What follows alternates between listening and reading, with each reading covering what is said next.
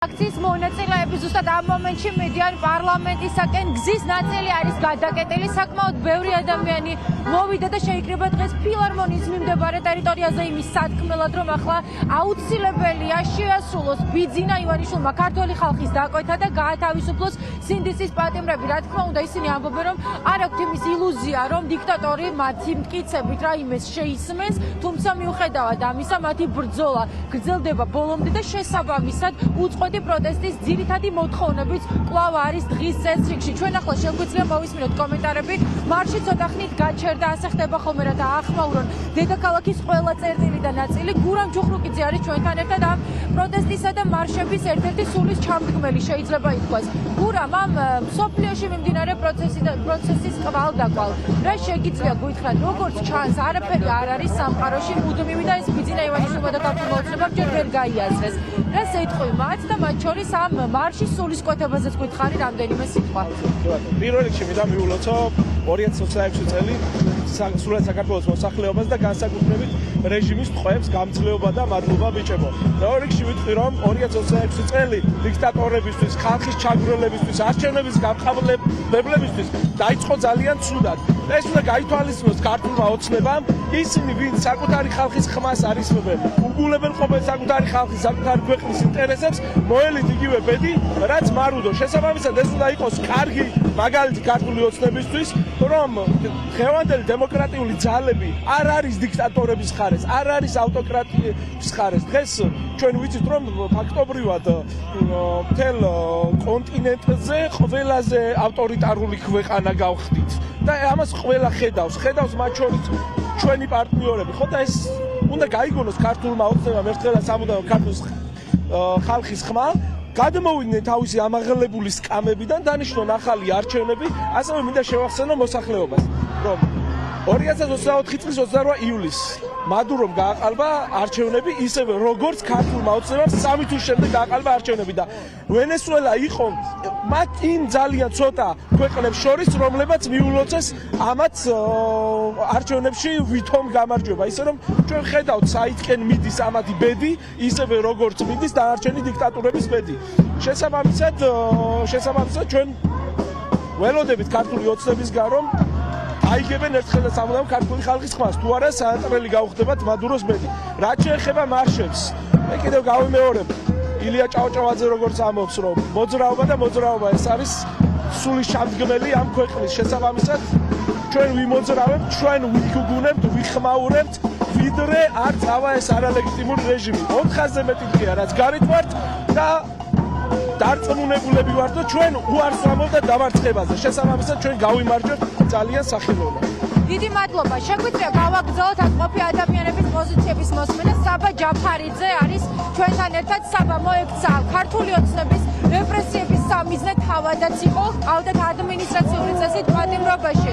საბა განსაკუთრებულად გამოირჩევით ხოლმე კრიტიკული პოზიციებით ყველას მიმართ, ვისაც ვთვლით, რომ განსაკრიტიკებლები არიან. ახლა რას ეთქვით ქართულ ოცნებას? რა თქმა უნდა, დღევანდელი მარში სულისკვეთება არის ის, რომ უნდა გათავისუფლდნენ სინდისის პატიმრები.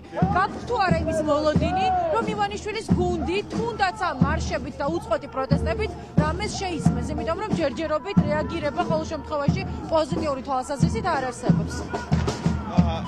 რაც შეისმენს რეჟიმი, ეს ამის ასე ვთქვათ წინასწარმე არ შემიძლია, მაგრამ თუნდაც ის, რომ უკვე 1 წელიწადზე მეტია ეს ხალხი არაფრის გამოყავთ გამოკეტილი, უკვე დიდი დანაშაულია.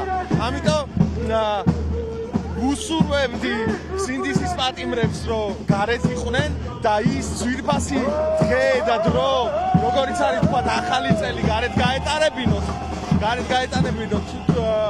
თუმცა როგორც არ უნდა იყოს, ეს არის დანაშაული, რომლის გამოც პასუხი უნდა აგონ ეგრეთ წოდებულ ხელისუფლებაში. ამავდროულად მინდა რომ მიულოცო ამ ხალხს ახალი წელი და იყოს ეს შეხსენება ქართველი ხალხისთვის, რომ 100-ზე მეტი პოლიტიკური პატიმარი არაფრის გამოატარებს დღეს მნიშვნელოვან წუთებს და მნიშვნელოვან დროის რესურსს 4 კედელში. თავისუფლებას უსურვებ მათ და უსურვებ ქართველ ხალხს, რომ ეს წელი იყოს გამარჯვების წელი, რათა არ გამეორდეს მსგავსი უღირსობები და მსგავსი სირცხვილი, რაც ჩვენ ვნახეთ 25 წელს. თავისუფლებას სინდისის პატიმრებს. ძალიან დიდი დიდი მადლობა უსმენთ საბა ჯაფარიძეს. პარალელურად თქვენ ფონად გესმით ხმაური საკმარისი რაოდენობა არის საზოგადოების იმისთვის, რათა ის ნაწილი იყოს გადაკეტილი. შესაბამისად მათ წინააღმდეგობას ვერავინ და არავინ უწევს. რომ გავაგრძელოთ ახლა მოსმენა თათია მექვაბიშვილი არის ჩვენთან ერთად და მოდით თათიასაც ვკითხოთ რას ფიქრობს ის ქართული ოცნების ამ პოლიტიკასთან დაკავშირებით. თათია, რომ გითხრათ, ბიძინა ივანიშვილის გუნდი უკვე 400 დღე აიგნორებს ქართველი ხალხის პროტესტს. შესაძლებელია მათ ძალიან აწუხებთ ეს პროტესტი, თუმცა ყოველ შემთხვევაში ლეგიტიმაციის შენარჩუნებას ყველაფრის ფასად ცდილობენ. რაც გვეტყვი დღეს, როდესაც ეს ადამიანები უკვე მეორე ახალ წელს ხვდებიან 4 კედელს შორის და შუა, თუმცა ბიძინა ივანიშვილის გუნდის წარმომადგენლები კვლავ კომფორტულად არიან და არაფრად აგდებენ ქართველი ხალხის ამ დემოკრატიულ პროტესტს. ქართული ოცნება ფიქრობს, რომ შერჩევათ ეს უკანონობა, რაც მოუწყვეს ქართველებს, უდანაშაულო ადამიანები ამდენი დღე გამოკეტეს გისოცებს მიღმა დააპატიმრეს სამართალი, მაგრამ არც ერთ რეჟიმს არ შერჩება ეს უკანონობა.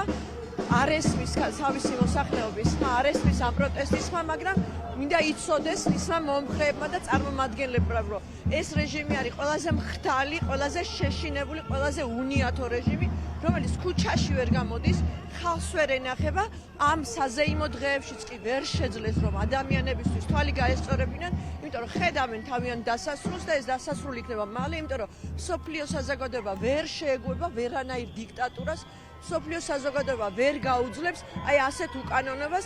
ჩვენ დღეს და ყოველ დღე ვაპროტესტებთ და ვითხოვთ ყველა რეჟიმის პატიმრის განთავისუფლებას და საქართველოს განთავისუფლებას.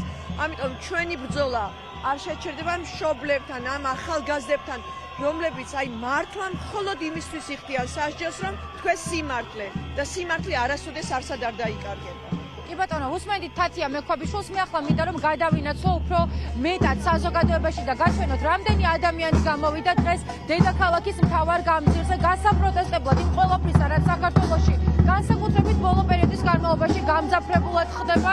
ისინი წარმოდგენილები არიან საქართველოს, ევროკავშირის, ამერიკის შეერთებული შტატების დროშებით, სტანდარტულად ხმაურით ცდილობენ ბიძინა ივანიშვილის გუნდს გააგონონ საკუთარი სათქმელი და უთხრან, რომ ისინი გაჩერებას არ აპირებენ. ჩვენ ახლა უკვე მივუახლოვდებით თბილისის ოპერისა და ბალეტის თეატრს და ძალიან მალე ვიქნებით პარლამენტთან. პროტესტი კი დედაქალაქის მთავარ გამზირზე გაგრძელდება. მანამდე კი აქ არის ასეთი მოცემულობა, მე კადრს დაგინავებ და მინდა რომ მოისმინოთ ის შეძახილები, რომ